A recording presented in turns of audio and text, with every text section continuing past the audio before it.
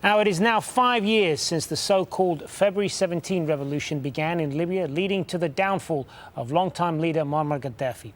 But the struggle for power after Gaddafi is threatening the future of Libya. The protests began in Benghazi, quickly spreading to several other towns. The flashpoint was the arrest of Fathi Terbil, a prominent lawyer and critic of the government.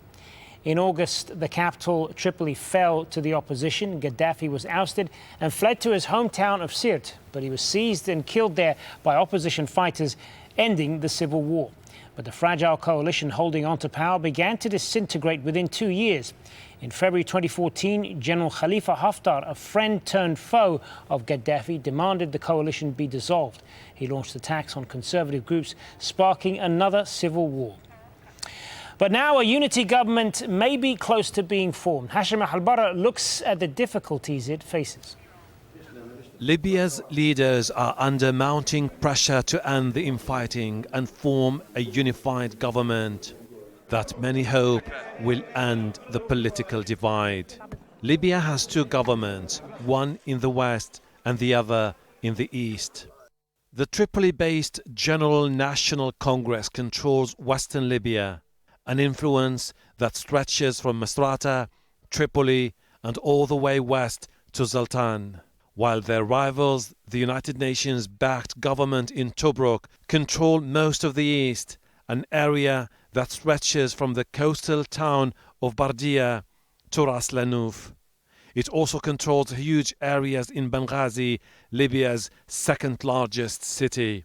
But there are districts held by Ansar al-Sharia, an armed group that calls for the implementation of Islamic law. But it's ISIL that has recently made major territorial gains. It controls a coastal area stretching from Sidra to Abu Ghraib, including the city of Sirte.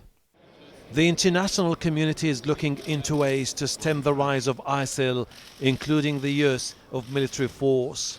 Europe has recently been struggling with the growing number of refugees who have traveled through Libya. The country's warring factions have recently agreed to form a national unity government, a crucial step that many hope will put an end to months of fighting and stop militias that have grown in size and influence. But a final deal awaits a major decision on the role of the powerful army general Khalifa Haftar. He is the top military commander of the Tobruk-based government, but he is hated by the government of Tripoli, which insists on his departure. Hashem Ahelbarra, Al Jazeera.